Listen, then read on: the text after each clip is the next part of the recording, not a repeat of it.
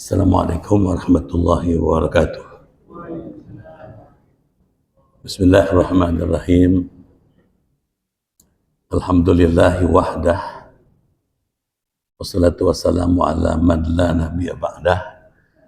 Wa ala alihi wa ashabihi wa atba'ihi alladzina jahadu fi sabilillah, amma ba'd.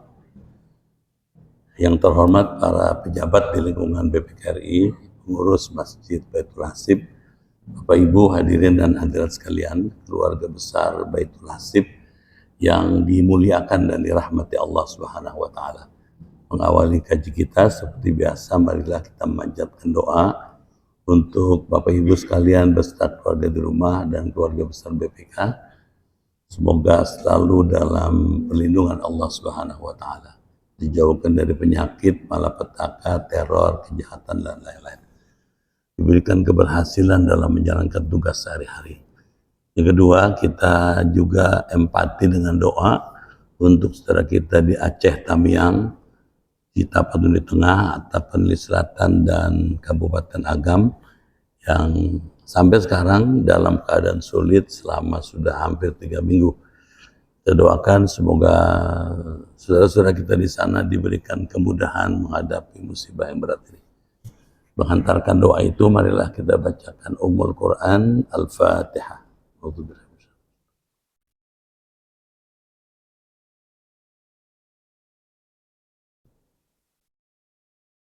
Bismillahirrahmanirrahim. Ya Fatahu ya Alim, iftah abwaba qulubina binuri ma'rifatik wa akhrij alayna min dhulumatil jahli wal wahmi ila nuril fahmi wal ilmi waftah alaina abwaba ilmika kama fatahtaha ala anbiyaika wa ulamaika al-mutaqaddimin al-mutaakhirin wanshur alaina rahmataka ya dzal jalali wal ikram. Allahumma sallimna wa sallim dinana wa sallim ahlana wa auladana wa dzurriyyatana wa sallim jama'atana wa bil khusus jamaah Baitul Hasib BPKRI khususil khusus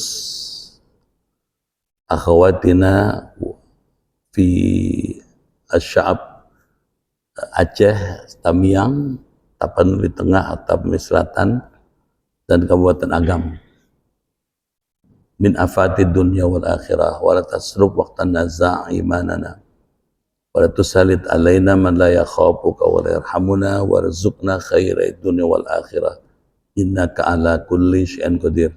Rabbana atina fid dunya hasanah wa fil akhirati hasanah wa qina adzabannar walhamdulillahi rabbil alamin.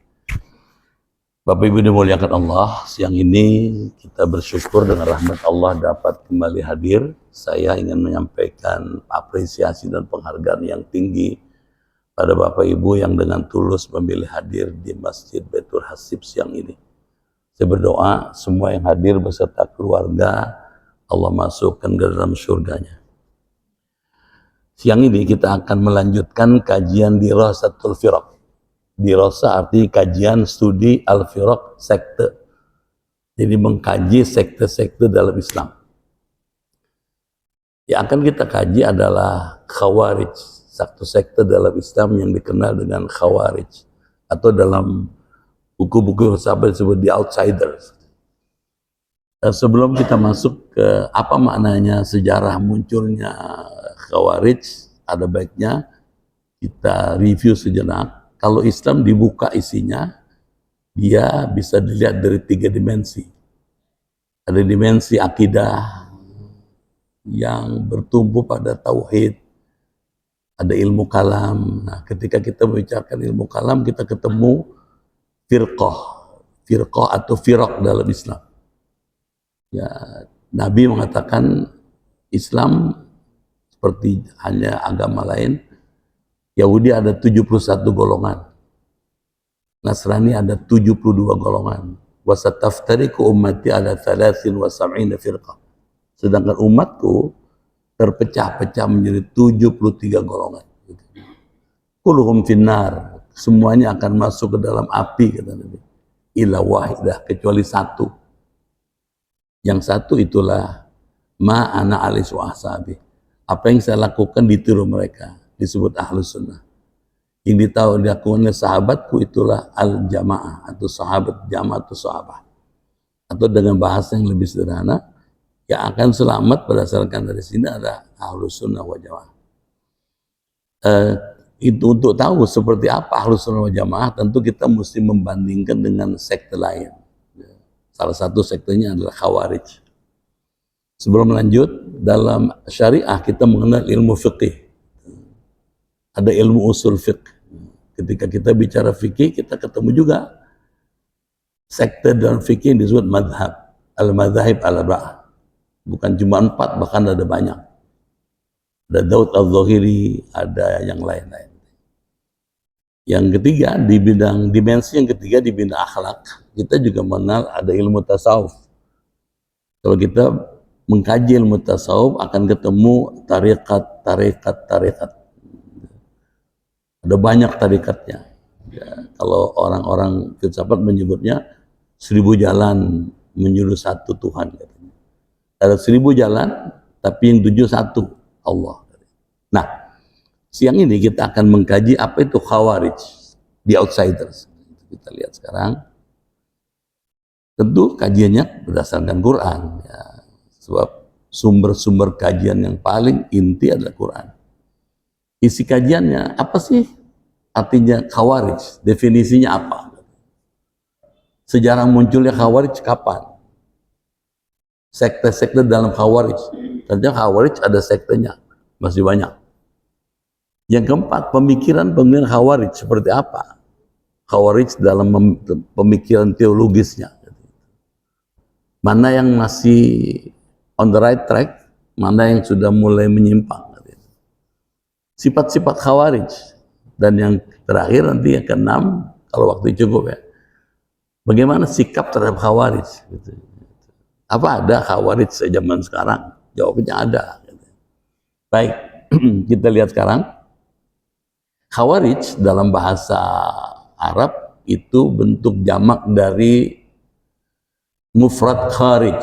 Kharij itu orang yang keluar. Dari kata kharaja. Orang yang keluar, dari kata kharaja, isim fa'ilnya ada kharij, itu kalau banyak disebut khawarij. Pertanyaannya keluar apa? Secara istilah, khawarij artinya keluarnya sekelompok orang dari ad-din, atau keluarnya sekelompok tertentu mereka dari imam, bahkan keluar mereka dari manusia, jemaah, sahabat yang lain. Baik, ini makna bahasanya. Sekarang definisinya menurut para ilmuwan. Khawarij dalam arti umum adalah sikap politik yang keluar dari ketaatan kepada imam, yang kepemimpinannya itu dibenarkan menurut syariat, kapanpun dan dimanapun itu, termasuk Khawarij. Khawarij dalam arti khusus, yaitu kelompok yang keluar dari ketaatan pada Imam Ali. Jadi maksud imam ini Imam Ali bin Abi Thalib. Ulama Ibadiyah mengatakan mereka adalah sebagian kelompok manusia pada zaman tabi'in dan tabi'in. Jadi menurut para ulama Ibadiyah, Khawarij itu ada pada zaman tabi'in dan tabi'in. Apa itu tabi'in? Orang yang ketemu sahabat tapi tidak ketemu Rasul. Kalau sahabat, orang yang ketemu Rasul beriman kepada Rasul, sahabat. Meskipun ketemu Rasul tapi tidak beriman, tidak disebut sahabat. Contohnya Abu Lahab. Sehingga kalau Bapak baca selawat, Abu Lahab tidak termasuk sahabat Nabi yang kena selawat kita. Kita lihat lagi bagaimana pandangan ilmuwan. Imam Asy-Syahrastani, saya punya kitab Al-Milal wa Nihal. Tiap-tiap orang keluar dari imam yang hak, yang telah disepakati oleh jamaah, maka ia dinamakan Khawarij. Jadi keluar dari kepemimpinan imam. Baik di masa sahabat, keluar mereka dari khalifah yang 4. Jadi Khawarij itu tidak mengikuti Abu Bakar, tidak mengikuti Khalifah Umar, tidak mengikuti Khalifah Utsman, tidak mengikuti Khalifah Ali bin Abi Thalib keluar dari kepemimpinan khalifah. Pada masa tabi'in, mereka keluar dari imam-imam setiap masa. Setelah Ali bin Abi Thalib ada imam yang berikutnya. Mereka tidak ikut itu. Itu sebabnya disebut di outsider. Orang yang keluar dari jamaah umat Islam yang banyak. Tidak ikut ke sana, tidak ikut ke sini. Kita lihat lagi Imam Asy'ari, seorang yang ulama masyhur, Imam Abu Hasan al-Asy'ari. Faktor yang menyebabkan mereka disebut Khawarij adalah keluarnya mereka dari kekhilafahan Ali bin Abi Thalib. Jadi kelompok ini dulunya pada waktu para sahabat muhajirin dan ansor memilih Khalifah Abu Bakar Siddiq, mereka tidak setuju karena mereka menjagokan Ali. Tapi ketika Ali bin Abi Thalib pada kekhilafahannya yang keempat itu, mereka keluar lagi. Jadi nggak ikut sama sekali. Itulah Khawarij. Seorang ilmuwan lain, Imam Ibnu Hazm, ini masyhur ya. Istilah Khawarij dinisbahkan, dikaitkan, disifatkan kepada semua kelompok atau pecahan yang keluar dari Ali bin Abi Thalib atau yang mengikuti paham mereka kapanpun terjadi sampai sekarang. Pertanyaannya, sekarang ada nggak orang yang berpaham Khawarij? Jawabannya ada, tapi tidak signifikan. Baik, kita lihat lagi. Kapan mulai sejarah adanya Khawarij itu? Ibnu Hazm dan Ibnu Jauzi, ya mohon maaf ya, ngajinya mesti diurai satu-satu. Kata kedua ulama besar ini, benih-benih penentangan munculnya Khawarij sejak berdiri Dzul Khuwaisirah untuk menentang dan mengonten pembagian ghanimah yang dilakukan Rasulullah. Jadi Rasulullah pernah membagi pampasan perang. Hadisnya sahih, Bukhari Muslim. Ketika membagi pampasan perang, Nabi membagi kepada kelompok-kelompok yang dianggap oleh mereka tidak punya peran dalam peperangan itu. Dikasih banyak sama Nabi.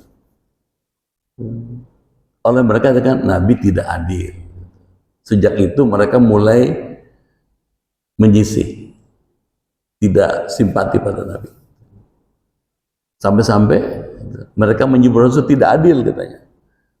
Sikap reaktif ini tidak biasa, su'ul adab. Menyatakan Nabi tidak adil.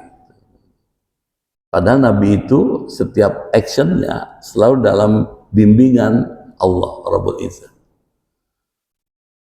Bapak Ibu dimuliakan Allah, kita lanjut lagi. Imam Ibnu Katsir dan Ibnu Abil Iz, mereka muncul sejak Khalifah Utsman bin Affan. Mereka adalah para bughat. Bughat itu pemberontak. Kalau sekarang separatis. Yang bertujuan membunuh Utsman bin Affan dan mengambil hartanya. Kalau Bapak baca sejarah Islam, makin menarik ya. Waktunya kita nggak cukup. Mereka keluar dari ketaatan pada imam yang sah, yaitu Utsman bin Affan. Jadi kaum Khawarij ini ketika Utsman bin Affan menjadi khalifah nggak mau tunduk pada Khalifah Utsman. Bahkan sengaja mengirim utusan dari Mesir ke Madinah untuk membunuh Utsman bin Affan. Bapak lihat bagaimana orang karena pertimbangan politik mau membunuh sama-sama Islam. Utsman bin Affan ketika sedang sholat tahajud, yang beliau adalah hafal Quran, asik membaca Quran dalam sholatnya, membiarkan musuh datang dari belakang dan menghunus pedangnya membunuh beliau. Kita lanjut lagi. Di masa Khalifah Ali bin Abi Thalib, ketika Thalha dan Zubair keluar dari pemerintahan Ali. Jadi mulai kapan ada Khawarij? Ketika Thalha dan Zubair keluar dari pemerintahan Ali. Bedanya dengan Utsman, kalau Ali memerintah di Irak. Dapat ditolak karena keduanya termasuk 10 orang sahabat dijanjikan masuk surga. Jadi nggak mungkin Tolha dan Zubair ini termasuk membangkang kepada Ali. Sekte Khawarij muncul ketika mereka keluar dari peristiwa tahkim antara Ali dengan Muawiyah. Ini mesti dibongkar sejarah cerita tahkim ini, tapi waktunya nggak cukup kita. Pendapat ini dianggap paling rojih, paling kuat. Jadi ketika Ali dan Muawiyah melakukan bertahkim, maka Khawarij menganggap Ali telah keluar dari ajaran Islam dan menyatakan Ali bin Abi Thalib kafir. Bapak lihat bagaimana Khawarij itu menyatakan 4 sahabat Abu Bakar, Umar, Utsman, Ali sebagai kafir. Bapak dan hadirin sekalian, padahal Abu Bakar, Umar, Utsman ini dan Ali diakui Rasulullah. Kata Nabi,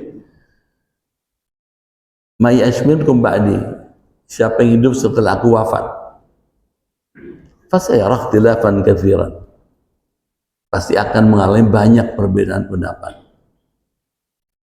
Ketika itu kata Rasulullah, "Fa'alaikum bisunnati," ikutilah, pegang dengan teguh sunnahku, wa sunnatil khulafa'ir rasyidin, dan sunnah khalifahku yang 4, Abu Bakar, Umar, Utsman, Ali.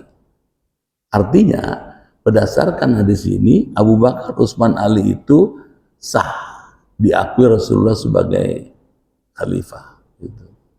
Oleh Khawarij ditolak. Jadi menolak sahabat yang 4 ini sama dengan menolak hadis Nabi. Hadis ini mulai melencengnya. Kelihatan keluar dari track yang sesungguhnya. Kalau sama Rasul saja sudah berani ngelawan, apalagi sama kita. Termasuk pada waktu mengatakan Nabi tidak adil. Pada waktu pembagian ghanimah kepada orang yang menurut mereka tidak layak diberikan. Kita lihat lagi. Itu sebabnya kita kaji sebab-sebab keluarnya Khawarij dan sekte-sektenya. Perbedaan pendapat tentang masalah kehilafahan yang berpotensi menimbulkan keretakan persaudaraan antara kaum muslimin, ini jadi sebab. Ya ketika masyarakat Madinah di Bani Sa'idah, Thaqifah Bani Sa'idah, kalau Bapak dari Masjid Nabawi ke arah kanan, itu Bapak akan ketemu satu kawasan Thaqifah Bani Sa'idah. Di sanalah umat Islam setelah Nabi wafat bermusyawarah untuk menentukan siapa pengganti Rasul, bukan dalam kenabian tapi dalam bidang kepemimpinan. Masyarakat muhajirin, kalangan muhajirin menjago Abu Bakar, sementara Ansor menjagokan yang lain. Ternyata hasil musyawarah itu memutuskan yang berhak jadi khalifah adalah Abu Bakar. Saya mohon maaf, saya mohon izin minum ya, karena baru hari ini saya nggak puasa.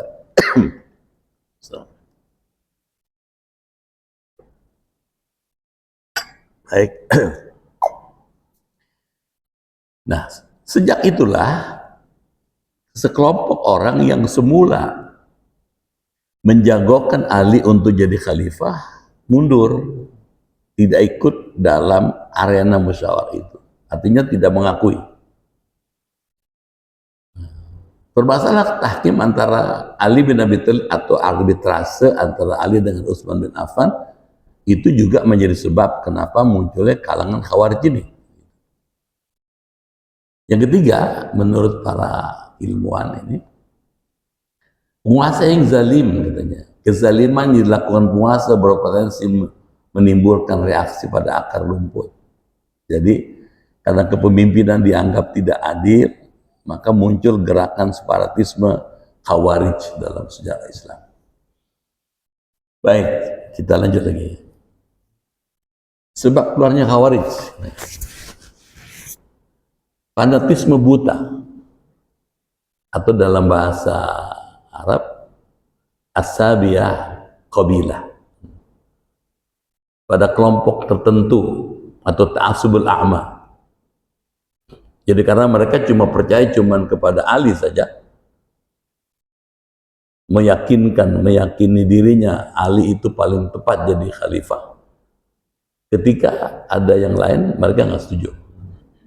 Yang kedua, ada masalah ekonomi, seperti kisah Dzulkhuwaisirah, ketika Nabi membagi ghanimah secara tidak rata menurut paham mereka kepada orang yang justru oleh Nabi diberikan lebih banyak.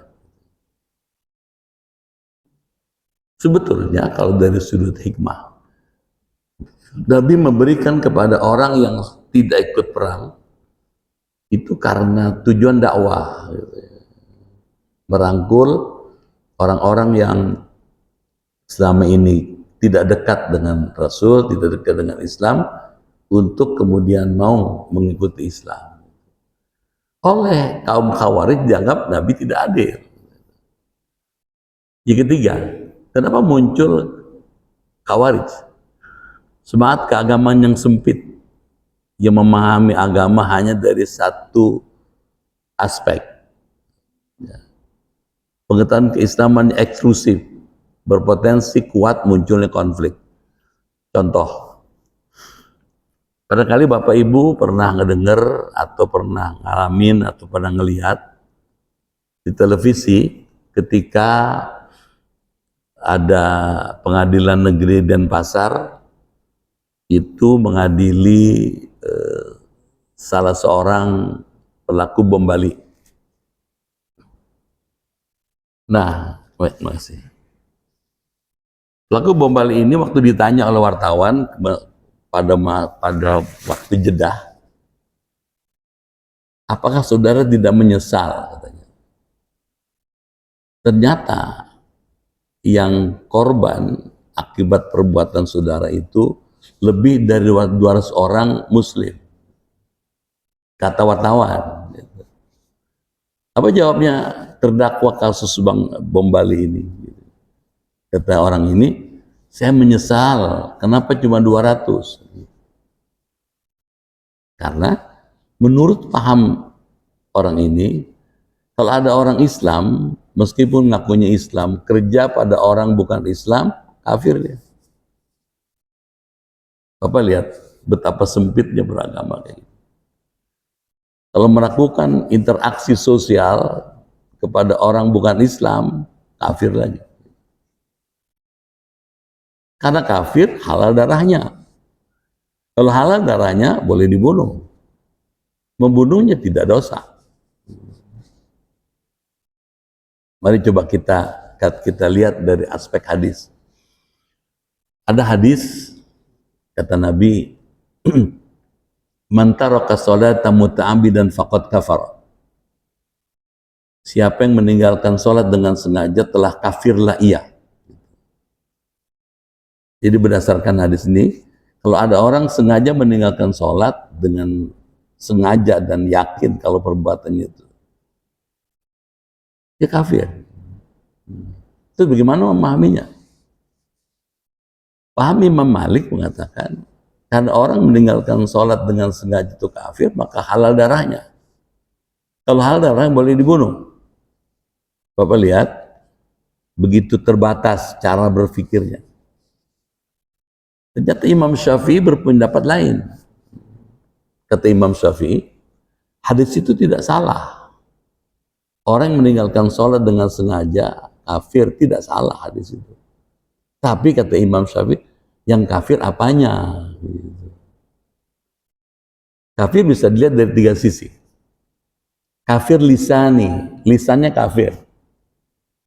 Orang yang berkata, bertutur seperti orang kafir. Saya nggak percaya sama Allah. Itu kafir lisannya. Ada kafir i'tiqadi, kafir i'tiqadnya. I'tiqadnya tuh hatinya, akidahnya.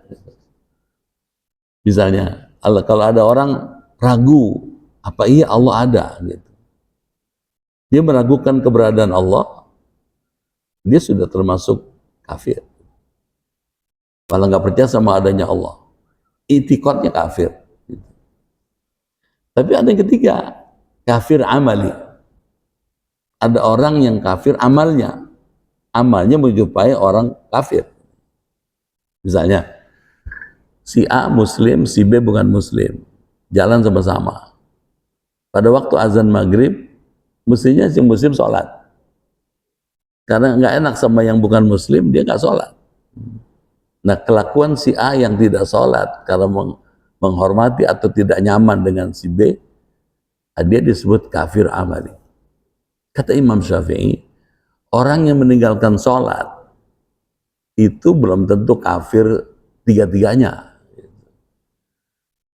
Bisa saja kafir amalnya, tapi itikadnya belum tentu kafir.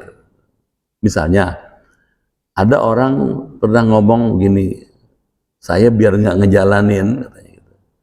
Biar nggak ngejalanin sholat, tapi kalau Islam diganggu, saya paling depan nggak maju. Gitu. Apa artinya?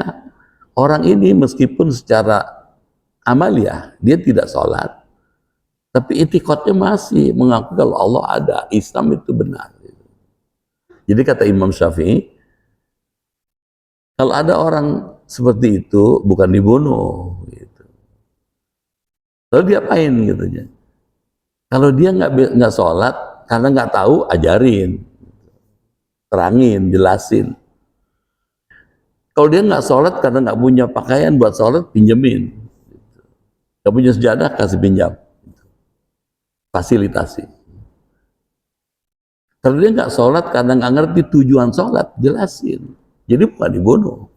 Bapak lihat, begitu telitinya ya, ulama Ahlussunnah wal Jamaah termasuk Imam Syafi'i yang memahami hadis tidak hanya huruf per huruf atau secara tekstual. Kalau gitu gimana? Paham Khawarij yang umumnya yang sangat tekstual, sangat skripturalistik, itu menjadi sebab munculnya separatisme, pemberontakan, pembangkangan kepada negara yang sah. Bapak dan hadirin sekalian, ini baru 15 nih, yang masih banyak lagi nih. Kesulitan menghitung sekte Khawarij. Ternyata Khawarij itu kalau diteliti banyak banget sektenya. Khawarij adalah sekte atau firqah harbiyah, militerisme, yang mengedepankan kekerasan, violent action dalam Islam. Bapak lihat, karena nggak suka dengan kepemimpinan negara, dibikin bom Bali. Khawarij terus berkembang sehingga melahirkan, katanya, firqah atau sekte dalam Islam amat banyak.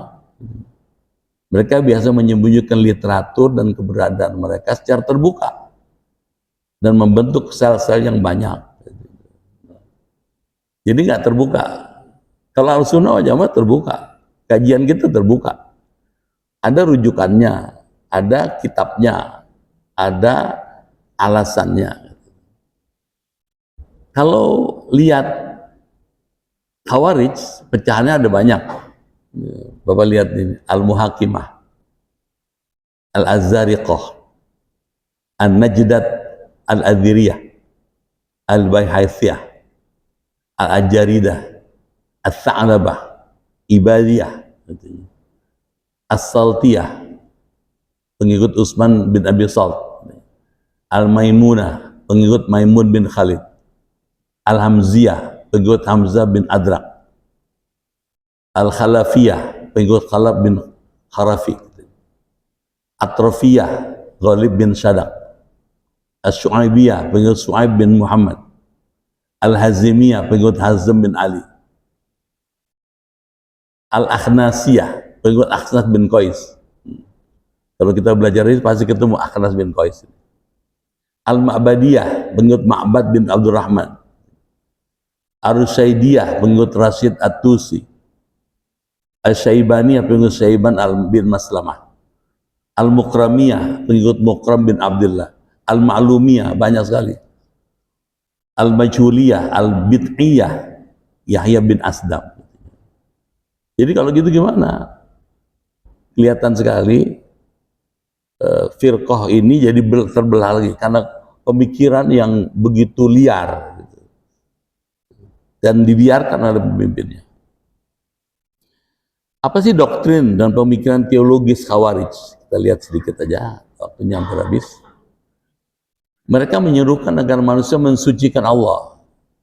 Seruannya bagus. Apa katanya? Anda lihat surat At-Taghabun ayat 1. Yusabbihu lillahi ma fis samawati wa ma fil ard, lahul mulk wa lahul hamd, wa huwa ala kulli syai'in qadir. Bertasbih kepada Allah semua ada di langit, semua ada di bumi. Karena apa? Lahul mulku, karena seluruh kerajaan ini milik Allah. Walahul hamdu, untuk Allah lah segala pujian. Wa huwa ala kulli syai'in qadir. Allah segala maha kuasa atas segala sesuatu. Menurut paham dari Khawarij, semua manusia mesti tasbih kepada Allah. Kenapa? Kalau langit bumi tasbih apalagi kita. Salah satu bentuk tasbih adalah sholat. Khawarij mengatakan kalau orang sengaja nggak sholat, dia tidak mengikuti ayat ini, melakukan dosa besar. Kalau dosa besar boleh dibunuh. Jadi sangat mengerikan sekali, Pak. Kalau Bapak, mungkin kita bisa bilang bagus sekali ya gitu. Nah kalau yang kebetulannya nggak sholat anaknya, apa mau dibunuh sama dia? Gitu. Kalau dibunuh berurusan dengan polisi. Gitu. Jadi paham ini memang mesti dicerna lebih jauh. Katanya. Apa betul kita mesti tasbih dalam makna sangat harfiah seperti itu? Sayang waktunya sudah habis, masih ada beberapa banyak ayat dan pemikiran teologis dari Khawarij yang secara umum dan secara khusus menyimpang dari paham yang umum. Karenanya mereka dikatakan Khawarij keluar dari jamaah umat Islam yang begini banyak. Tausiahnya saya kembali pada kajian 2-3 pekan yang lalu, Syekh Ibnul Qayyim, Syekh Abu Laith misalnya mengatakan usbutu al-aqidati ahli sunnah wal jamaah. Tetaplah katanya di atas akidah paham beragama ahlu sunnah wal jamaah. Karena ini adalah paham yang paling banyak. Dari 2 miliar penduduk Islam di dunia, 85% berakidah ahlu sunnah wal jamaah. Jadi kira-kira 1,7 miliar umat Islam dunia berakidahkan ahlu sunnah wal jamaah. Mana tuh? Indonesia, Malaysia, Singapura, Thailand, Brunei, Saudi Arabia, Mesir, Tunisia, Libya, Yordania, Palestina, Syria, Aman, Qatar, ya, Yaman, Oman, ya, harus semua, Pakistan. Jadi kalau gitu gimana? Ngaji-ngaji gini buat apa? Kita tahu kalau ini benar setelah tahu yang salah. Kita nggak tahu ini benar kalau nggak tahu yang salah. Kalau gitu gimana? Untuk tahu yang salah, untuk tahu yang benar, kita mesti tahu yang salah dulu. Untuk bisa tahu yang gelap, mesti lihat yang terang. Kita bisa bilang ini gelap karena ada terang. Kalau gitu kita mengkaji firaq ini tetap masih relevan. Supaya kita tetap pada garis yang tetap jelas ahlu sunnah wal jamaah. Al-Fatihah.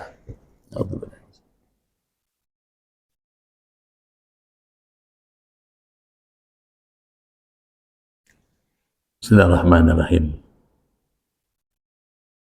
Allahumma bihaqqil Qur'an wa bi kalamikal qadim wa bi Muhammadin khatamin nabiyyin wa bi haqqi ummil Qur'an. Alimna al-Qur'an wa faqihna fid din wa alimna ta'wil wahdina ila sawa'is sabil. Allahumma tsabbitna bil iman wa tsabbitna bit tauhid wa tsabbitna bil ma'rifah min dari dunya ila daril akhirah. Rabbana atina fid dunya hasanah wa fil akhirati hasanah wa qina adzabannar. Walhamdulillahi rabbil alamin. Terima kasih atas perhatiannya. Lebih kurang mohon maaf. Assalamualaikum warahmatullahi wabarakatuh.